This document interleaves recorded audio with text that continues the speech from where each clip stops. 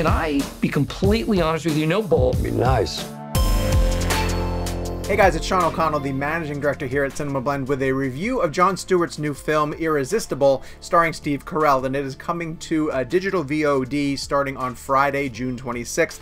I want to get into all of the reasons why this film is absolutely worth your time, but before we do that, do me a favor, go down and hit subscribe, turn on your notifications. We're trying to review almost every new film that comes to video on demand and eventually into theaters, and we want to make sure that you come to CinemaBlend's YouTube page to find out what you should watch.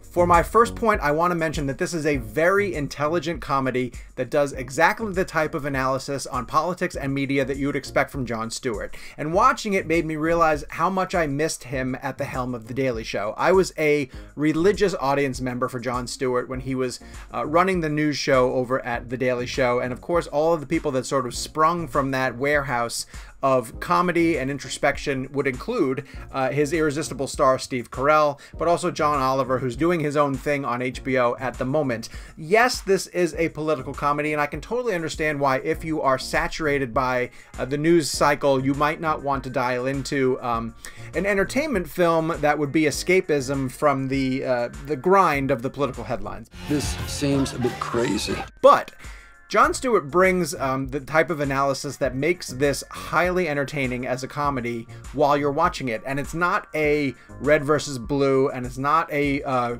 far right versus far left at all. It walks pretty strongly down the middle and comments on everything that's going on in the political landscape, but also making a huge difference between the DC elite who exist inside the Beltway, you know, the ones who are really immersed in the political game that's being played, but also to the Rust Belt mainstream Americana, and how both sides sort of react to each other. Jon Stewart has figured out the perfect way to tell a story that appeals to everybody, and for that I want to rave about the script in our next section.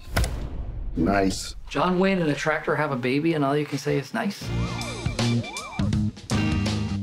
Alright, as mentioned, I want to rave about the script, and maybe at this point you're asking me, what is Irresistible even about? Great question.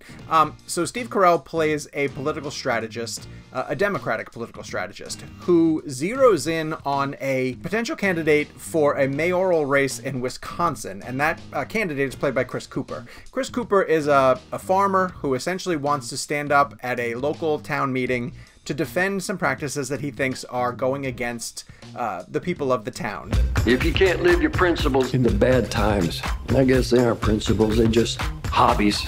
Steve Carell, coming off of the brutal loss by Hillary Clinton to Trump in the 2016 election, feels like he needs to start to turn the tide back in his favor. And this movie exists in a world where the 2016 election happened, and it's very much a commentary to how we are going to rebound after that news cycle. Colonel Jack Hastings is our key back into the great now swing state of Wisconsin.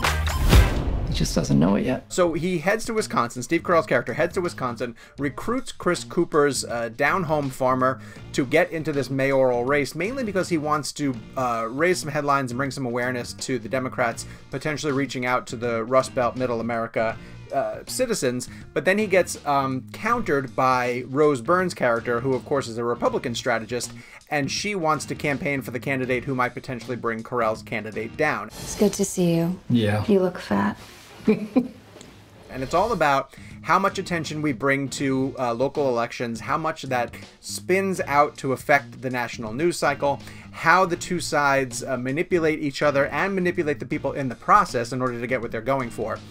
And it's just incredibly surprising. I had no clue where this movie was going. It sounds like it would sort of lay itself out in a very predictable way, but the movie is far from predictable and had so many surprises packed into it that, again, it reminded me just how smart Jon Stewart is and just how much he knows about politics, everything he knows about being really funny, and making those two worlds collide in this script really, really blew me away. Jon Stewart wrote it in addition to directing it. He doesn't star in the film at all.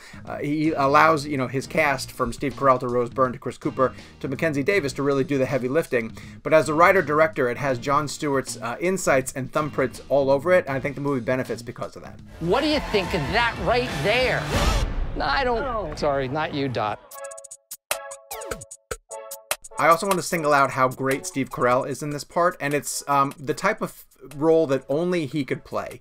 It just plays to his strengths. We like Steve Carell as a person, even though we don't necessarily know him. And part of this is because we know him from The Office, and we know him from some really great comedies that he's been in over the years. He's become a household name, and we just feel like we would get along with him. But his character Gary in this film, while he has to be likable and almost win over the trust of the Wisconsin town that he's trying to infiltrate, he's also a DC politician, tried and true, which means that he will lie to your face, he will manipulate you, he will really play the game to get what he wants out of this. That's a lie. That's a lie. No, that's, what are you even doing? I thought that Jon Stewart really nailed the casting of bringing in Steve Carell, but I actually want to throw it to Jon Stewart so he can tell you exactly why he thought Steve Carell was the only person who could have played this part. I wrote it for him, and he was the first person that I showed it to when I was done. He wasn't aware that I was writing it and wasn't aware that I was writing it for him, but when I had finished it, I sent it over to him because I knew there were, you know, no one else that I could think of that could pull off a character that had to be inappropriate and unsavory while remaining lovable and interesting. Now, listen, it's June, and a lot can happen between now and the end of the year, but I don't see how Irresistible would fall out of my top 10 for films this year. I loved it. I'm giving it 4.5 stars out of 5. Again, it had so many surprises. It went in so many different directions that I did not anticipate it going. I thought Steve Carell was perfectly cast. Chris Cooper's fantastic. Mackenzie Davis is fantastic. Rose Byrne steals multiple scenes as the Republican strategist going against Steve Carell, and the way that they play off of each other is really, really smart and funny. The whole thing is just incredibly intelligent. It's something that I think we needed right now as a way to sort of wash away the negativity of the news cycle and find something really entertaining in both politics and media analysis. So all credit goes to Jon Stewart for putting together an incredibly intelligent, really, really funny movie that we can use right now as a distraction now that it's hitting VOD on Friday, June 26th. Now it's time for me to hear from you guys. Please go check out Irresistible. I really thought it was great. I think you're going to like it too, but I want you to come back and give me a review once you've had a chance to see it.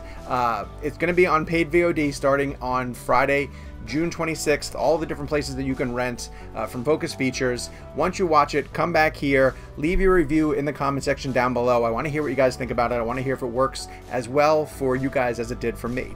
While you're down there, hit subscribe, turn on your notifications, and then that way, every single time that we post a new video here on CinemaBlend's YouTube page, you guys can come and watch it.